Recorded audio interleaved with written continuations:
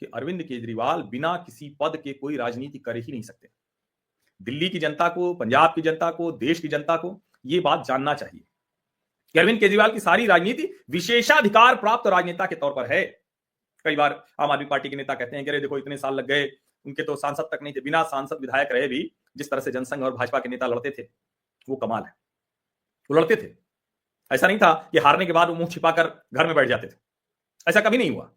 लेकिन अरविंद केजरीवाल तो वही सब करते हुए दिख रहे हैं और ये बार बार लोगों को जानना चाहिए कि अरविंद की राजनीति आखिर कहां जा रही है, किस तरह की है। अब ये संदीप पाठक जो नेशनल जनरल सेक्रेटरी हैं ऑर्गेनाइजेशन के, उनकी तरफ से चिट्ठी जारी हुई है। ये 26 फरवरी 2025 आज ही की चिट्ठी है। लुधियाना पश्चिम से संजीव अरोड़ा प्रत्याशी होंगे।